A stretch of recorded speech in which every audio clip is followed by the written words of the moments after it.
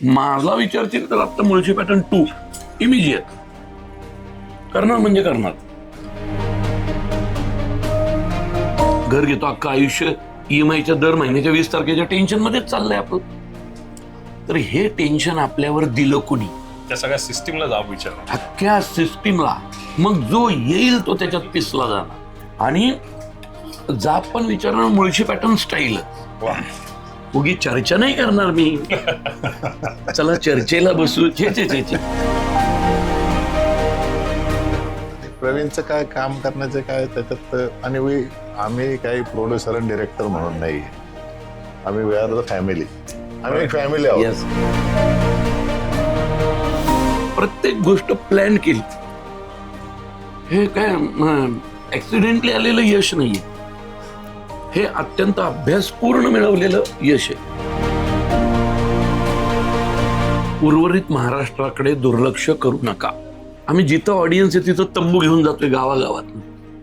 कोपरगाव सारख्या गावातून, कोपरगाव मधून आमचं कलेक्शन हे 22 लाख आहे.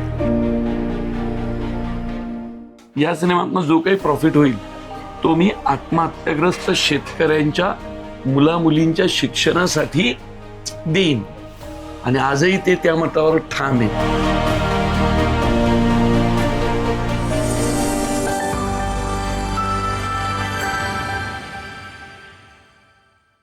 माझ्यासोबत अत्यंत जिवलग माणसं आहेत. बाहेर कोसळणारा पाऊस आणि संध्याकाळच्या नाश्त्याला जर यांच्यासारखी गोड माणसं असतील तर ती संध्याकाळ बहारदार असल्याशिवाय काय असणार आहे. प्रवीण, तशा अर्थानं बघायला गेलं तर आयुष्यातला सलग 6वा सुपर डुपर हिट सिनेमा, 100 कोटीचा उंबरठा आणि मराठी सिनेमाचं काय चाललंय आणि काय होणार आहे ह्याचं चित्र आणि चर्चा ह्याच्यावर फक्त गप्पा मारण्यापेक्षा कृतीतून दाखवणारा दिग्दर्शक म्हणून तू स्वतःचं नाणं खणखणीत वाजवलंय. आणि तुझ्यासोबत जे दोन्ही सिनेमे तितक्याच, म्हणजे खरं तर तुका वाण्याचा व्यापार हा वाण्यासारखा असतो असं म्हणतात, पण कैलाशवाणी याने देऊळबंद हा सलग 2 तितकंच नाणं खणखणीत आणि तशा अर्थानं खरंच तुकारामासारखंच आहे. असलेलं देणं जे आहे ते त्यांनी आता शेतकरी आत्महत्याग्रस्त असणारे जे कुटुंब आहेत त्यांच्यासाठी तुम्ही केलं, त्या सगळ्याबद्दल तुमच्याशी बोलायला आवडेल.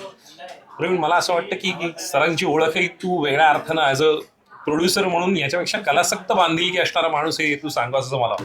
हे बघ, कैलासवाणी साहेबांची ओळख खरं तर आता अख्ख्या महाराष्ट्राला झालेली आहे. त्यांनी ती रिस्क घेतली.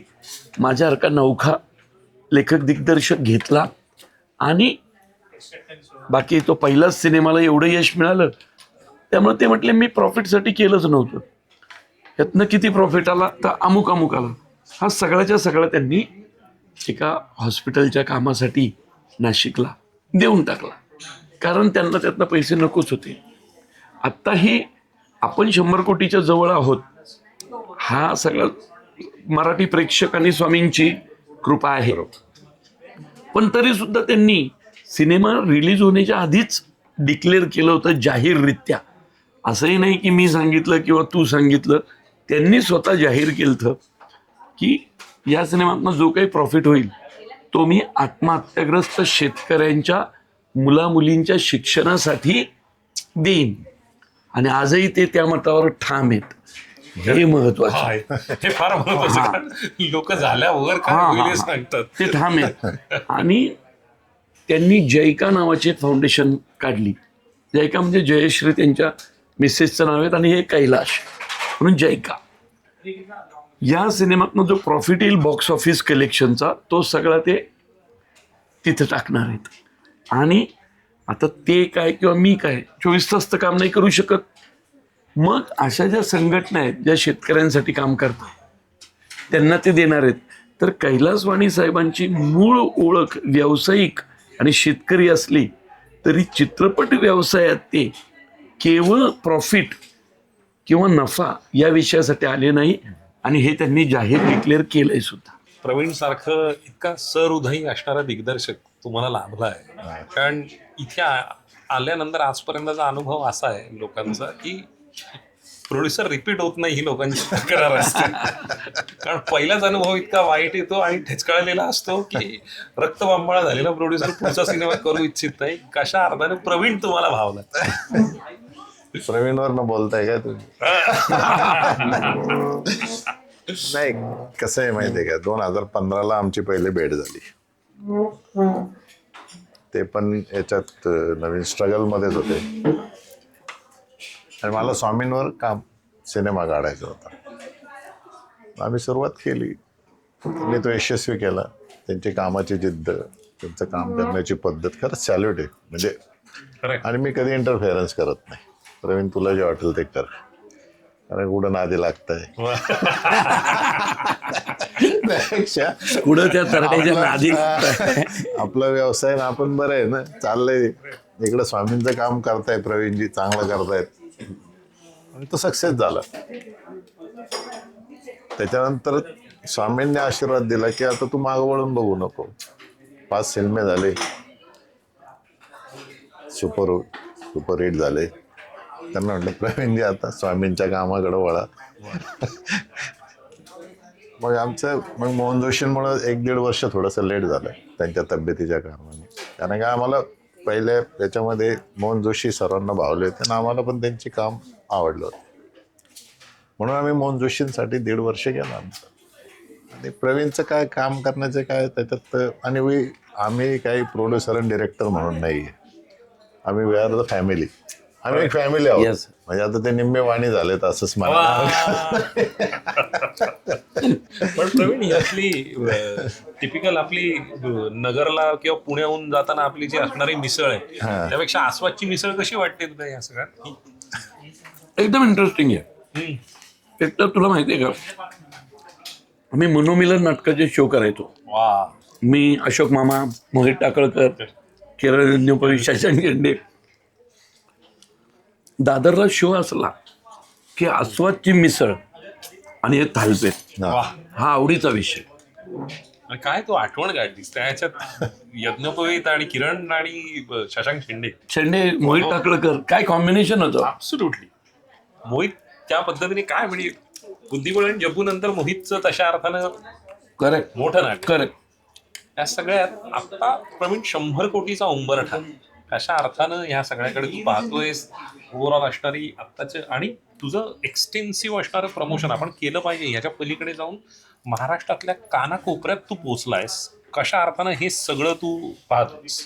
हे बघ, सिनेमा आपण ना खूप वेगळ्या पद्धतीने प्रमोटच केला रे. ठरवून सुपरहिट केलेला सिनेमा आहे. याच्यामध्ये झी टीव्हीचा, झी मराठीचाही वाटा आहे, कारण झी मराठीवर 10 वर्ष दिसतोय रेग्युलर. पहिला भाग ऑडियन्स तयार झाला होता आणि आम्ही पब्लिसिटी, प्री पब्लिसिटी, शूटिंगच्या वेळची पब्लिसिटी, प्रत्येक गोष्ट प्लॅन केली. हे काय ऍक्सिडेंटली आलेलं यश नाहीये, हे अत्यंत अभ्यासपूर्ण मिळवलेलं यश आहे. आणि तुला माहिती आहे, आम्ही ज्यावेळी आकडा डिक्लेअर करतो, ही एकमेव प्रोसेस अशी आहे ज्याच्यात आम्ही खोटा आकडा सांगू शकत नाही. सांग का? कारण द्यायचं. कारण आम्ही काय हे कमवून स्वतःजवळ ठेवणार नाहीये. जेवढे पैसे कमवले त्याचा आकडा ज्यावेळी आम्ही जाहीर करतो, खूप विचारपूर्वक करतो. कारण जो आकडा जाहीर करणार आहे त्यातला जो नफा येणार आहे तो आम्हाला डोनेट करायचा आहे. त्यामुळे खोटा आकडा डिक्लेअर केला तर खिशातनं पैसे द्यावे लागतील. त्यामुळं हा पहिला सिनेमा आहे, निर्मात्यासमोर सांगतोय की खऱ्या अर्थाने म्हणतो ना आपण, ऑर्गॅनिक 100 कोटींकडे चाललेला सिनेमा. महेश मांजरेकर सरांनी पण माझं विशेष अभिनंदन त्यासाठी केलं की प्रवीण, मानलं तुला, मानलं तुमच्या टीमला. ऑर्गॅनिक रित्या 100 कोटीकडे चाललेला सिनेमा आहे. विचार कर, आम्ही परदेशात उशिरा काढला, आता तिकडनं आकडा खूप जोरात येतोय. आम्ही तंबूमधनं आम्ही शो लावले रे. हा आकडा आलाय तो उगीच नाही आलेला. लोक इतके दिवस फक्त बॉक्स ऑफिस कलेक्शनवर डिपेंड होती की बॉक्स ऑफिस कलेक्शन मधनं एवढा आकडा येतो, तो कमी झाला की संपलं. आम्ही जिथं ऑडियन्स आहे तिथं तंबू घेऊन जातोय गावागावात. कोपरगाव सारख्या गावातून, कोपरगावमधून आमचं कलेक्शन हे 22 लाख आहे. माझं गाव आहे कोपरगाव. कोपरगाव मधनं कलेक्शन किती आहे? 22 लाख. छोट्या छोट्या गावातनं 20-20, 25-25 लाख कलेक्शन आलं. तेव्हा 100 कोटीकडं हक्कानी चाललोय. म्हणजे पुणे मुंबईचा वाटा मोठा आहेच, तो असतोच. आणि कायम पश्चिम महाराष्ट्र राहिलाय. म्हणजे पुणे, सातारा, सांगली, कोल्हापूर, सोलापूर इथपर्यंत जातो. पण त्याच्या पलीकडे जो जाणार आहे, मराठवाडा असेल, विदर्भ असेल, उत्तर महाराष्ट्र असेल, इथे तू स्वतः गेलायस. तिथल्या प्रेक्षकांशी तुझा असणारा एक वेगळा संवाद आहे या निमित्ताने झालं. काय महाराष्ट्राचं म्हणणं आहे आणि त्यांची मनोरंजनाची भूक किती आहे असं तुला वाटतं? मी प्रत्येक मराठी लेखक, दिग्दर्शक, अभिनेत्यांना सांगेन, विशेष करून निर्मात्यांना सांगेन, उर्वरित महाराष्ट्राकडे दुर्लक्ष करू नका. खूप व्यवसाय. आता बघ, मी थिएटर व्हिजिट सुरू केल्या. आता बॉलिवूडचे लोकही थिएटर व्हिजिट करत आहेत. कारण आपण एक फॉर्म्युला टेस्ट केला आणि तो सक्सेसफुल झाला. मुळात सिनेमा चांगला असावा लागतो, ही तर मूळ गरज आहे. नाहीतर थिएटर व्हिजिटला गेल्यावर लोक मारतील की अच्छा तू आहेस का, तू इकडे पैसे दे आमचे परत. ही पण रिस्क आहे ना. ऍब्सोल्युटली. म्हणजे थिएटर व्हिजिट ज्यावेळी जातो, भरलेल्या थिएटरच्या समोर जाऊन उभा राहतो आणि विचारतो आवडला का सिनेमा, त्याला गट्स लागतात आणि स्वतःच्या कलाकृतीवर विश्वास लागतो. नाही तर पुण्यासारख्या शहरात एकदम आवाज येईल, नाही आवडला पैसे परत द्या. तर ह्या ज्या मी थिएटर व्हिजिट सुरू केल्या, याच्यामध्ये लीड मीडियाचा पण वाटा आहे. अनुप गोरे, कुशल कोंडे, ती लोक प्लॅन करत होती ना, आम्ही राबत होतो. या सगळ्यामध्ये अश्विनी आणि विनोद ह्या दोघांनीही ज्या पद्धतीने ते क्राफ्ट केलं, एक्झॅक्ट. हे विजन फार महत्वाचं. अरे खूप सुंदर त्यांनी प्लॅन केलं सगळं. मला पण फिरवलं बरं का. आणि मी काय म्हटलं माहितीये का, मी एक प्रयोग केला. म्हटलं लेखक दिग्दर्शक फिरणार, निर्माते घरात बसून पैसे मोजणार, असं तर चालणार नाही. पण आपल्याला मोजायचे नव्हते ना. बरोबर, वाटायचे होते. त्यांना म्हटलं जे पैसे तुम्हाला वाटायचे ते कसे जमा होत आहेत चला बघायला.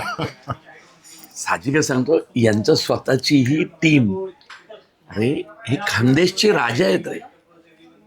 काय टीम आहे माहिती आहे यांची तिथं. यांचा स्वतःचा समाज असा ताकदीने त्यांच्या पाठीशी उभे राहिला. ती पण युनिटी खूप महत्वाची असते. ऍब्सोल्युटली. आणि ते सगळं जुळून आलं म्हणून 100 कोटीच्या आत्ता जवळ चाललंय. तुला माहितीये, आत्ता मी 95-20, 95-22 वर आलोय. अख्खं प्लॅन आहे पुढच्या 4.5-5 कोटीचा यांच्याकडे. कसा येणार, कुठून येणार, तंबू शो किती होणार, डेन्मार्क, नेदरलँड, जपान, अल्मेरा, जपान, इकडं कसे शो प्लॅन केलेत. ते शो, अरे तिथला एक शो येतो तो 7-8 लाख रुपये घेऊनच येतो ना रे. तर परदेशातला शो, त्यासाठी परदेशातली मराठी लोक ज्या आत्मीयतेने सिनेमा पाहतायत ते महत्वाचं आहे. थोडक्यात काय केलं, आम्ही एक प्रमोशन पब्लिसिटीचा नवा फॉर्म्युला तयार केला. आधी सिनेमा भारी बनवला आणि पब्लिसिटी प्रमोशनचं, कारण माझं MBA मार्केटिंग आहे, बरोबर की नाही. पेरिशेबल प्रोडक्टचं मार्केटिंग करायचो रे मी. त्यामुळं माल जर आज नाही विकला तर उद्या स्क्रॅप. त्यामुळं पेरिशेबल प्रोडक्ट विकणारा माणूस आहे मी, सिनेमा कसा विकेन. आणि मग ते खूप आमचं घडत गेलं सगळं. या सगळ्यामध्ये तुमची झालेली पहिली भेट आठवते आणि काय पद्धती मला होती, कशा? कॉमेडी. मी गेलो यांच्याकडं, स्वामी समर्थ म्हणजे मला काय माहिती, अंधेरीचा मठ, स्ट्रगल काळात नाही का, करेक्ट. कधी तिथं दर्शनाला गेलं बिलं एवढंच माहिती. लोखंडवाला लोखंडवाला वालावलकरांनी बांधलेला वालावलकरांनी तो मठ. आणि तो तिथं बघ किती स्वच्छतातलं भारी आहे. स्ट्रगल काळात कधीतरी विश्रांतीसाठी तिथं जाऊन आपलं बसायचं. प्रस्ताव आला, समर्थांवर पिक्चर करायचं आहे, समर्थांवर पिक्चर करायचं आहे. आणि म्हटलं समर्थ, चला जाऊन बघू. तर माझ्या डोक्यात समर्थ म्हणजे काय, रामदास स्वामी. समर्थ रामदास स्वामी. हां हां, त्यामुळे डोक्यात सगळं ते ठेवून गेलो तो. मनाचे श्लोक हा सगळं सगळं सगळं त्यात आपलं ते नष्ट केलं. अक्षर मात्र चुके नीट आणि मस्त पैस काना नीट. गेलो तर माग त्यांच्या स्वामी समर्थांचा समर्थ स्वामींचा फोटो. आईला म्हटलं डोक्यातलं सगळं वेगळंच. त्यात हे आणि तसं मला स्वामी समर्थांबद्दल काहीच माहिती नाही. शून्य माहिती मला. हो, मला काहीच माहित नाही. गोपाळबुवा केळकरांची बखर वगैरे किंवा असं काहीच काय अरे वाटलं नव्हतं. काय रे सांगितलं ना तुला. 2-3 वेळेला अंधेरीच्या त्या मठात आणि तिथलं ते दर्शन एवढंच माहिती. आणि कधीतरी काम केलं तर मी ते वारुळात. पण तुला माहितीये शूटिंगला आपण जाताना फक्त आपला सीन करतो करेक्ट. आणि निघून येतो. नंतर ते काय आहे आपल्याला काहीच कळत नाही. नंतर कळलं अच्छा हे ते. मग त्यांना म्हटलं माझा सगळा अभ्यास झालाय कारण मला काम मिळवायचं होतं. माझा झालाय अभ्यास झालाय हो सगळा. म्हणून यांनी मला दिलं. तुला मी लिहून देतो 2 तासात गाडीतून जाताना सुचलेल्या सिनेमाईचं देऊळ बंद. हा ना. बापरे. हो कारण काम मिळवायचं होतं. बोलत गेलेलो सिनेमा डायरेक्ट लाईव्ह. तो म्हणजे देऊळ बंद 1. कारण मला आठवते त्यावेळेला हंबीरराव किंवा बाकीच्या गोष्टी ह्या सगळ्या सुरू होत्या. म्हणजे आपण परीक्षक असताना एकमेकांबरोबर डिस्कस केलेल्यामध्ये मुळशी पॅटर्न किंवा बाकीचे पुढचे सिनेमे होते या सगळ्यात. पण ज्या पद्धतीने तुझा देऊळ बंद आला आणि ताजं फडफडीत असलं जर हा यांचं यश खूप आहे त्यात. यांच्या मनातली स्वामी भक्ती पडद्यावर आली. आणि मला त्यातलं तुझं कन्व्हिक्शनही तेवढंच महत्वाचं आहे. आणि मला स्वामी भक्त केलं या माणसाने. त्यानंतर मी कम्प्लीट स्वामी भक्त त्या हसता आणि मरेपर्यंत. वा. ह्या सगळ्यात म्हणजे ओव्हरऑल आता पार्ट 3 ची म्हणजे टेक्निकलीच आपण म्हणतो की सगळ्या वेगवेगळ्या पद्धतीचं एक युनिव्हर्स असतं. म्हणजे सुपर कॉपचं युनिव्हर्स आहे, सुपर हिरोजचं युनिव्हर्स आहे.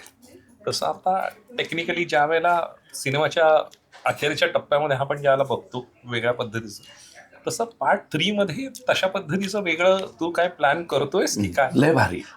पार्ट 3चा विषय अजून भारी. पार्ट 3 मध्ये जे बुद्धिमान ब्रेन परदेशात निघून गेलेत ना त्यांना परत देशात आणण्यासाठी काय करता येईल वा वा. हा त्याचा मेन गाभा आहे. म्हणून त्याचं नाव देऊळ बंद 3 आत्मनिर्भर भारत. वा. ह्या सगळ्यातला म्हणजे तुम्हाला टप्प्याटप्प्याने गवसलेला प्रवीण. कारण इतक्या आत्मीयतेने प्रवीणने सांगावं कोणाबद्दल. कारण तो दिग्दर्शक ह्याच्यापेक्षा यारो का यार असते तर मित्र आहे 100% सगळ्यांचा. म्हणजे पिट्या, दया, विनोद सातवान पासून ते अगदी वेगवेगळ्या स्तरातला म्हणजे किरण यत्नोवेद पासून ते शशांक शेंडेंपर्यंत सगळी गँग असलेली ही आहे. आणि ती त्याच्यासाठी उभे राहते. म्हणजे अगदी पुनीत बालन, राजेश पांडेंसारखी मित्रमंडळी. कशा अर्थानं तुम्हाला प्रवीण गवसला या सगळ्या प्रोसेसमध्ये? तर मी पहिलेच तुम्हाला सांगितलं ना, वी आर फॅमिली. आम्ही फॅमिलीच आहोत ना. आणि विश्वास, त्याचं काम करण्याची पद्धत म्हणजे ते बघायचंच नाही काही. गवसला म्हणजे असा माणूस न मिळणार तुम्हाला, खरं सांगतो. तो नेवा मग ते देऊळ बंद. आता थोडा मला आराम करू द्या, दुसरं बघू द्या काही. 11 पार्ट म्हटलं करणार तर 11 पार्ट तुमच्याकडनंच करणार. वा. त्याच्यात सुट्टी नाही म्हटलं. 11 पार्ट हे तुमच्या मनात 100%. यांचा जन्म 11 मी 11 3 आणि चित्रपट 11. वा. म्हणून ह्या सगळ्यात नवीन सिनेमाची जुळवाजुळव किंवा बाकीचा विषय घोळणं आणि 2029 पर्यंत धर्मवीर 3 नाही मुळशी पॅटर्न 2. वा. मला काही करून आता मुळशी पॅटर्न आणायचा आहे. पुनीत बालन, अभिजित बरोबर माझी चर्चाही झाली. वाणी साहेबांची परमिशन घेतली, कारण त्यांना देऊळबंद 3 आणायचा आहे पहिला.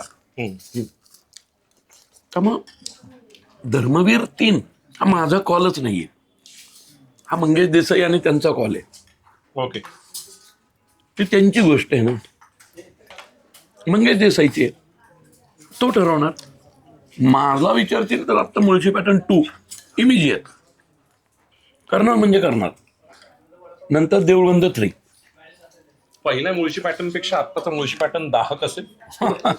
खूप खूप सगळ्या म्हणजे हीच पात्र नव्याने जिवंत होताना दिसतात की त्यातली आणखीन वेगळ्या पद्धतीचे आहेत? हे बघ, कारण उपेंद्र देऊळबंद 2 हा हा देऊळबंद 1 असा संबंध नाही, बरोबर आहे, एकदम वेगळी गोष्ट, फक्त स्वामी कॉमन.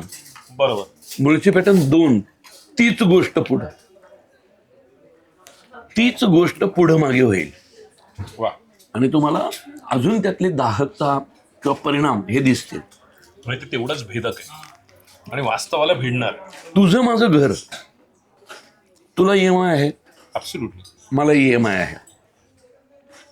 तुझा माझा EMI एवढा महाग कुणी केला? सिस्टीम मधल्या कुठल्या कुठल्या घटकांनी केला? सगळ्यांना घरात घुसून जाब विचारायचं, मग त्यात जे येतील ते. तुझं माझं घराचं स्वप्न, मुंबईत मराठी माणसाला घर परवडेल आता, ते एवढं कुणी महाग केलं? खरं तर मी जिथं जन्मतो, मी जिथं राहतो, त्या राज्यात, त्या देशात मला घर घ्यायचा अधिकार आहे. फंडामेंटल राईट आहे तो. अन्न, वस्त्र, निवारा. तो निवारा एवढा सोपा राहिला एखादे. घर घेतो, अख्खं आयुष्य EMIच्या दर महिन्याच्या 20 तारखेच्या टेन्शनमध्येच चाललंय आपलं. तर हे टेन्शन आपल्यावर दिलं कोणी? त्या सगळ्या सिस्टीमला जाब विचारणार. अख्ख्या सिस्टीमला. मग जो येईल तो त्याच्यात पिसला जाणार. आणि जात पण विचारणार मुळशी पॅटर्न स्टाईलच. वा. उगी चर्चा नाही करणार मी. चला चर्चेला बसू. छे. सगळं चर्चेच्या पल्याड गेलंय, घरात घुसून. वा. हा, खूप साऱ्या शुभेच्छा. आणि वाणीसाहेब, तुम्ही आमच्या मित्राच्या पाठी एवढं खंबीरपणे उभं राहिलेला आहातच. त्याच्या प्रत्येक सिनेमाच्या पाठी तुम्ही उभे राहिली, ही ग्वाही तुम्ही दिली, त्यासाठी मनपूर्वक आभार. देवांपासून सर, म्हणजे असं नाहीये. म्हणजे बघ, माझा प्रत्येक प्रोड्युसर रिपीट होतो. वाणीसाहेब रिपीट, मंगेश देसाई रिपीट, हो. पुनीत बालन रिपीट होतोय. कसं आहे, ज्यावेळी निर्माता रिपीट होतो ना, तिथं तुमची ताकद कळते. आणि तुझा माणूस पण कळतं, बॉक्स ऑफिस पर कलाकाराच्या पलीकडचं असणार. नाहीतर मी आज 35वा दिवस आहे सिनेमा रिलीज होऊन. 35 दिवस मी घरात नाही बसलो. सारखं करू. सिनेमा 100 कोटीवर न्यायचा आहे ना, तुम्ही घरातनं बाहेर पडलंच पाहिजे. स्नेहलचं काय म्हणणं आहे? स्नेहल तिला एवढी सवय नाही रे, बिचारी मारवर फिरली. आणि ती हे स्टारडम कसं घेते? नाही, तिला मान्यच नाही. स्टारडम हे कॉन्सेप्टच्या पल्याड आहे ती. वा. तू विचार बरं तिला आता अजून एवढा पिक्चर सुपरहिट दिला, आता काय करणार? ती म्हटली खड्ड्यात गेलं सिनेमा ती PhD. पोराची 10वी आहे. आई त्याच्यातली जी आहे ना. अरे तिने आता ती ना मुलाखतीला येत कुठं, आज तिला बोलवलं होतं सकाळवाल्यांनी, इंटरव्ह्यूला या. मी म्हटलं चल अमित घेतोय, अमित मजा येईल, चल अमितकडं. नो इंटरव्ह्यू, नो मुलाखती, आता पोराची 10वी. मला कुठेही बोलवायचं नाही. आता ती येत नाही आता पुढे. परीक्षा मुलाची. आता परीक्षा आमच्या दोघांची. थँक्यू सो मच प्रवीण, आणि thank you so much Yes, sir, yes. Thank you. खऱ्या अर्थानं देऊळ बंद जरी असलं तरी मनाची कवाडं खुली करणारा आणि प्रेक्षकांना थिएटरची कवाडं खुली करण्यासाठी भाग पाडणारा असा सिनेमा तू केलास. आणि wish you love luck and success की इतका आपल्यापणानं तू बोललास त्यासाठी. या सगळ्याच्या पलीकडे तुझं एक स्वतःचं युनिव्हर्स आहे. ते असंच उत्तम सिनेमांनी, हाऊसफुलने आणि बॉक्स ऑफिसवरच्या छनछनाटाने बहरत जाऊ, यासाठी मनपूर्वक शुभेच्छा आणि wish you love luck and success. Thank you Amit. आणि अस्वच्छ मिसळसाठी थँक्यू. थँक्यू.